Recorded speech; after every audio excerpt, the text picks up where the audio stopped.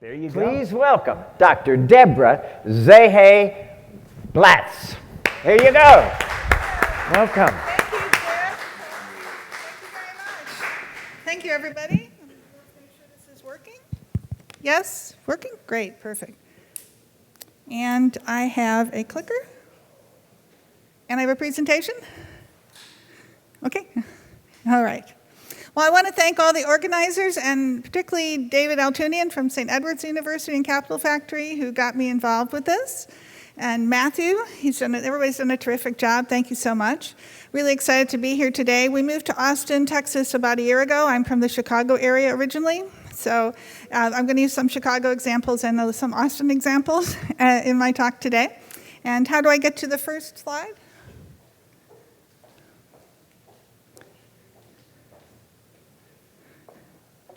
Just click.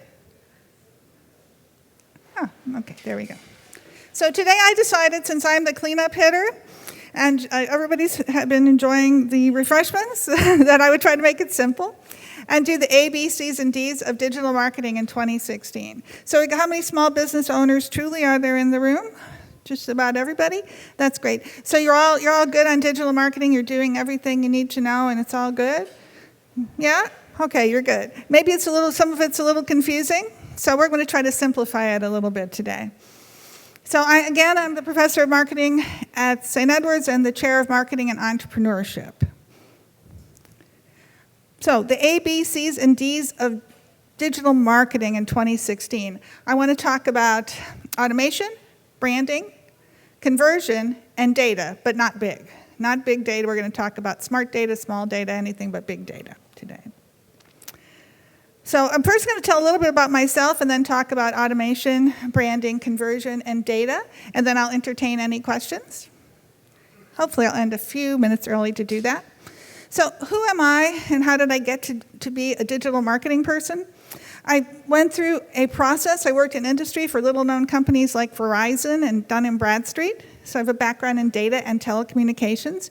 And I went back to school mid-career to the University of Illinois at Urbana-Champaign to study customer information management. And that's really what I do. I study how companies can use customer information for competitive advantage, and I published a lot in this area.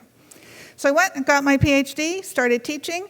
I do a lot of service learning, action learning in my classroom, so I'm going to talk about some of the things we do in our classroom. We do real-life projects in digital marketing. Along the way, I have over 1,000 article citations. To my articles, I edit a major journal in the area. I've written some books, and I've had a lot of fun. Because the one thing about digital marketing is that it's always changing and evolving.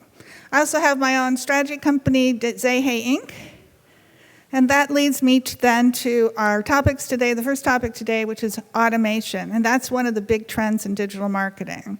So this is the Lunascape of marketing technology today. Pretty easy to understand, right? Now, everybody reads these Lunascapes and nobody really understands what they are, but all they're telling us is that it's kind of complicated, right? So marketing automation is growing at an exponential rate, and there are a lot of key players out there, some of which have really good solutions for small business. I recommend HubSpot. They just came out with a CRM solution for small business, and we're going to be using that in our classes. There's a lot of things that you can do. But everything's becoming automated in marketing, even advertising. As recently as 2015, there's a study that said about over 30% of marketers are now spending over 50% of their budget just with automated advertising. So advertising and marketing are becoming automated. So what do? Here's my tip for small businesses. I really think you should start small since you're a small business, and maybe it's just you and a couple of other people. If you have an email marketing program, take a look at it. Maybe you need to do a quarterly newsletter or some other type of communication where you can mine your best prospects or your best customers. So take a look at that. Use the analytics behind that. You can automate things like your social media marketing as well. If you're using Hootsuite, we use that in my classes, and my students get certified in that. That's a way to really automate that process. In fact, my students just finished a project in social media marketing class where they were consultants for small businesses and not-for-profits. And the biggest problem we found that these companies have is that they just don't have the bandwidth to post on social media on a frequent basis, right? So you can do this with Hootsuite and other types of automation tools. So maybe what you want to do, though, is start small. I know that you've had speakers on social media and talked about the correct platform for your business and things like that. So maybe what you want to do is just pick one particular platform. LinkedIn if you're business to business, or Facebook if you're business to consumer, and really focus on that and see if you can get things going on a regular basis. You can use the analytics in all of these tools to inform your decisions. And again, CRM and sales automation is a really good place to start too. So my small business tip is to pick something and start small. Because guess what? You're going to really have to do this in order to get your brand out there. Branding is becoming so important. It's been a trend for a few years in digital marketing, but it's becoming even more important. And why is that? This is how B2B customers find and process information. They go to the internet, they look on social media, they talk to their peers, and then they finally talk to the salesperson. This is from an article by my co-authors Schultz and Kumar and I. And guess what happens? About 67 to 70% of the purchase decision is actually made before the salesperson walks in the door. 70% of the purchase decision is made before the salesperson walks in the door, and why is that? Because 93% of all purchases start with what? Search, okay? So people are starting with search, and that means that you have to have a really strong brand out there. And that can be a challenge for a small business owner, because look at what's happening in the search world. I have a friend from my undergrad MBA experience who owns a company called HandyRamp. He owned the organic market a few years ago. They sell disabled and pet ramps. He just owned this market. It used to be that for organic search to get ranked highly, you just put a few keywords in there, let it roll, right? Make sure you had links. It was all pretty easy. Now what's happening? Now when you type in dog ramps, which is one of his areas, you're more likely to get Petco and PetSmart than you are to get HandyRamp, right? And then he also does wheelchair ramps. And wouldn't you rather have a company that really specialized in that than having Target or some of these other companies come up? But the search engines are really focusing on strong brands, okay? Because they're looking at how many people are going there. They're looking at the content that's being created. So how do you combat this? I see people out there with some kind of device, whether it be a tablet or a mobile device or a laptop. So you might want to type in Web Design Chicago. And I bet that you're going to have one of the top results as Orbit Media, which is another small business that I'm familiar with. Again, I said some of my examples are going to be from back home, but Andy Crestodina, you know Orbit Media? Great. Andy Crestodina is a colleague of mine, owns Orbit Media. And he wanted to be ranked high for website design.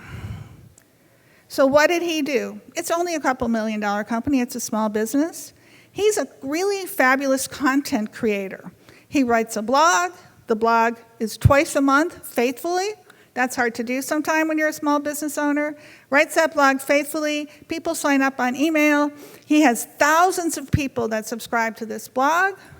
And he gets referral traffic from that, and that's what happens. So I see some of you are nodding at me that, yeah, that company did come up high. So the search results are different for everybody today. So we're all sitting here in Austin, Texas, typing in Web Design Chicago, and his company is still coming up because he has that authority.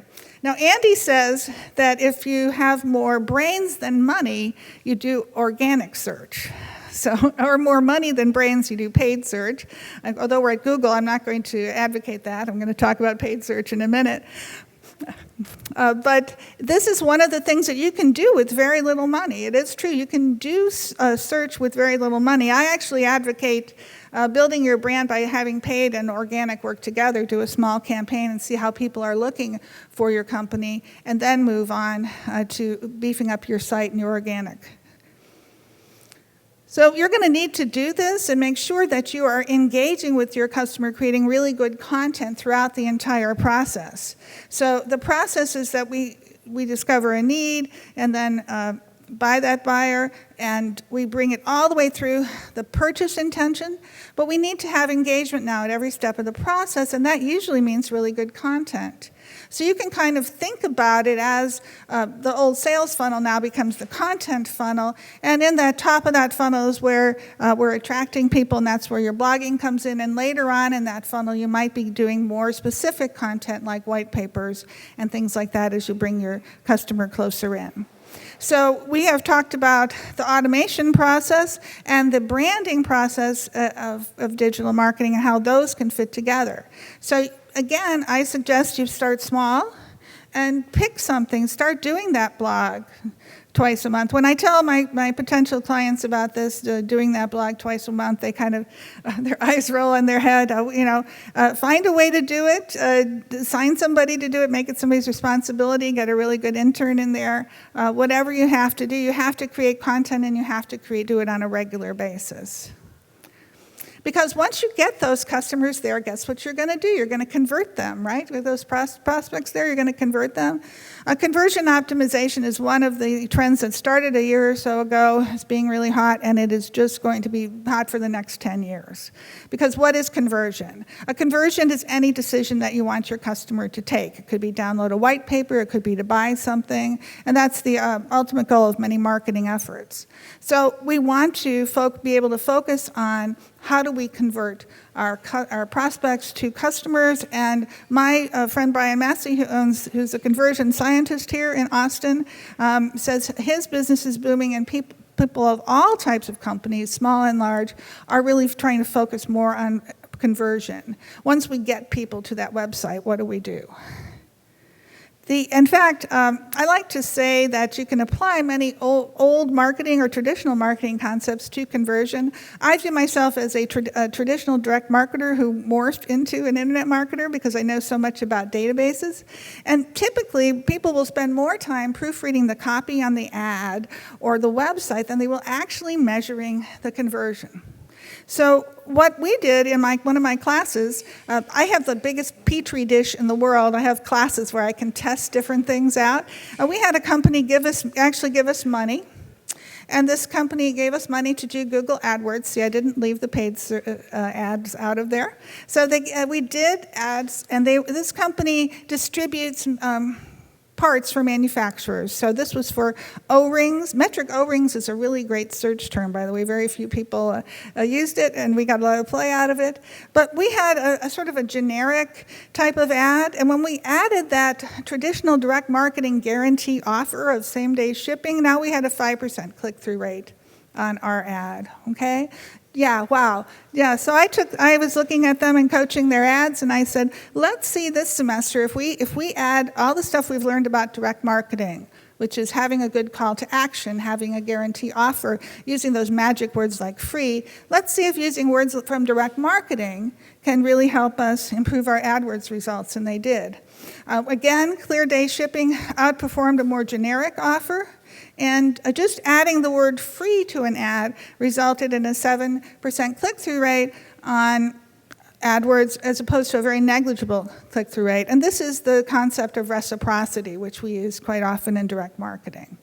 So what we're trying to do here is figure out what action we want the customer to take, and then figure out how to get there. And one of the things you can do is just apply some traditional marketing concepts to digital. Again, we got poor results when we didn't have a good call to action, and lots of impressions, but people not taking that action. And I think often small businesses have this. They don't ask for it. They don't ask for what they want people to do.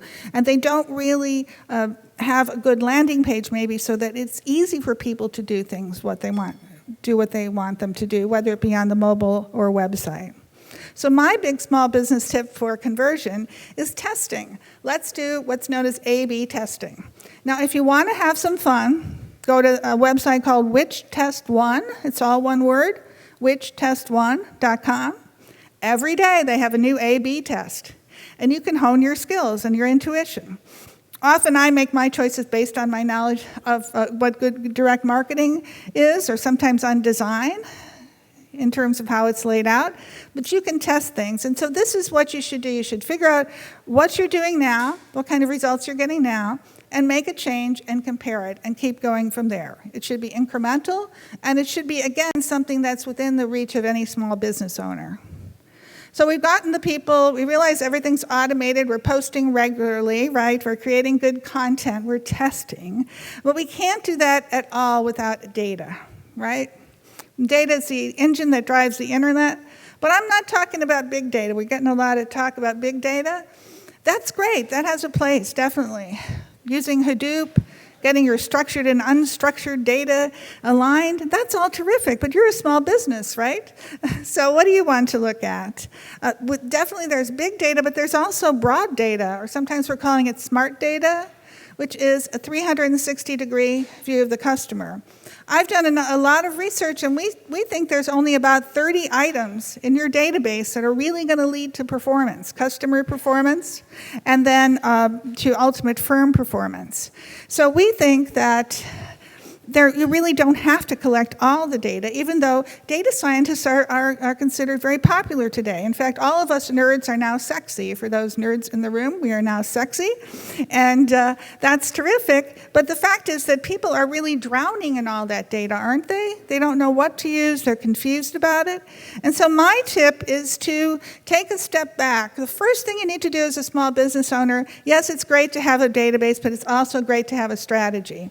So we have studied over 300 firms over a 10, 12-year period, case study, all types of methods, survey, interviews, and we have found that strategy really trumps everything. And this is the only statistics or math in my presentation, but you can see that the 0.38, which is an importance weight, is about twice as big as 0.19, which is the importance weight related to customer information. And so strategy, having good strategy in place, actually is more important than the data. So the first thing you need to do is set your strategy and figure out who's your customer, what's going to make you unique in the marketplace. And then after you have that, it's not only good to have a good database, but have a good process for data quality. We found that really is so important. Also, it provides a central role. This research was published in the Journal of Interactive Marketing and won Best Paper last year, where we talked about the central role of data quality. And it stems from having a good organizational culture. So the elements of an organizational culture really is a CEO, or you, if you're the chief cook and bottle washer, is that person really driving the process? Do you have a good vision for data? Are you rewarding people for having a clean, good, quality database? And so all those things are important and can help then create that good database, which can lead to ultimate firm performance. So that's my small business tip. If I were starting another small business today, the first thing I'd do, after I got my strategy in place, was get that data in place, because now, a database in place, because now I am going to use that information in figuring out my conversion techniques and how I'm going to position my brand and all of the things I've talked about today. So I led you through the path of marketing automation and branding and conversion and having a good database as being some of the trends in digital marketing today. There's also the X factor, though. The X factor is really the customer experience. So now you're going to be striving, that's one of the trends, having a great customer experience across all platforms. You know, you can't go anywhere today. You can't ask for a ride. You can't go to Disney World like I'm going in a couple of weeks. You can't do anything without having that app and an online application and charting your experience. And so that's going to be one of the trends that I wanted to just throw in there after the A, B, C's, and D's of digital marketing. I wanted to leave you with my contact information. You can find me at St. Edward's or on Twitter. I will be happy. I tried to leave a few minutes for questions. No? Okay. 1 minute? Okay. Well, I'll be happy to answer any questions. I'll stick around till the end of the day. I can talk about this for 10, 15 minutes or for the rest of your life. So I'm happy to answer any questions. We're very supportive at St. Edward's of entrepreneurship and small business. And I thank you all for letting me speak to you today.